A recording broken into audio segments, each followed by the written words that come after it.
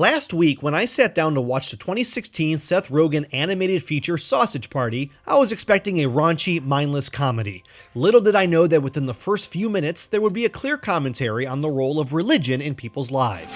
Dear gods, you're so divine in each and every way. To you we pray. The film adopts a 19th century Karl Marxian perspective of religion as the opium of the people. In other words, that religion's practical function in society is similar to the function of opium in a sick person. It reduces their immediate suffering and provides them with pleasant illusions, but it also reduces their energy and their willingness to confront the oppressive reality that they've been forced into. Marx argued that man makes religion. Religion does not make man. In the film, we discover that the men who first created the supermarket religion were simply the non-perishable food items that were aware that once groceries leave the store, they would face an imminent, brutal end. The thing about the great beyond is, we invented it. What? So these patriarchs of the faith, if you will, concoct a mythology that teaches the shoppers are actually gods who will liberate well-behaved chosen groceries from the confines of this plane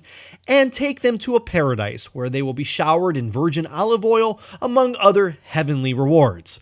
The goal, as explained by the non-perishables, was to create a numbing sense of euphoria to escape the reality of a pointless and painful existence. Much like we see in Christian history, the grocery patriarchs admit that over time the teachings become corrupt by the personal views, prejudices, and agendas of the other groceries, to the point that very little resembles what the original faith was intended to be. Marxism aside, for me the most striking moment in the film was when Frank, the hot dog voiced by Seth Rogen, tries to evangelize the truth of their religion to the masses only to be met with hostility. We choose the more pleasant thing! Yeah, I mean, what this sausage is saying, it's just the theory! No, it's not a theory, you morons! It's a fact! I'm showing you physical evidence! Now, at first he couldn't figure out why his peers wouldn't even hear what he had to say, but then eventually realized that he didn't approach their well-ingrained beliefs with a sense of patience and respect.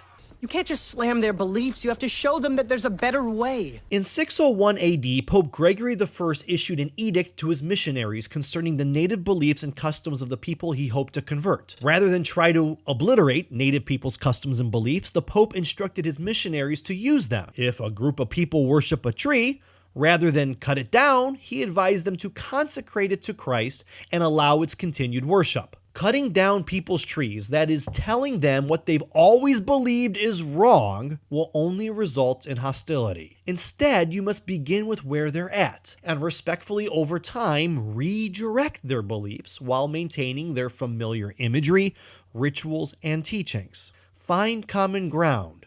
After all, Christians also worship around a tree.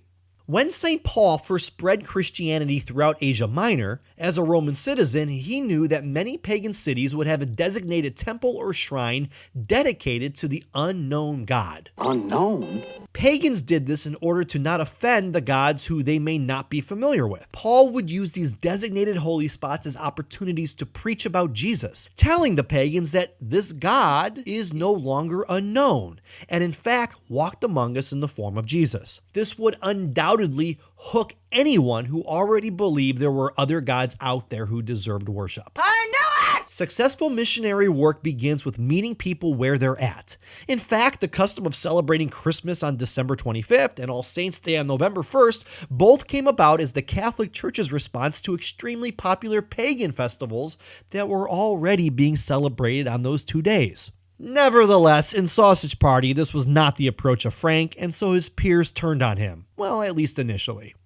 Look, I'm sorry. I wasn't respectful of your beliefs, and I acted like I had all the answers, but I don't. Admittedly, I have often dropped the ball with this tactic as well. When I began teaching in the classroom 15 years ago, I had a bad boy approach wanting to rock the world of my students. They were hooked, but not so much their parents, and I got opposition for it. When I transitioned my lessons to my YouTube channel, I found myself again repeating the same approach as the past, only to be met with the same angry reactions, but this time in the form of messages, comments, and unsubscribe notifications. As religious missionaries, we must all strive to emulate the tactics of Paul and Gregory, or else we would be no better than Seth Rogen's wiener.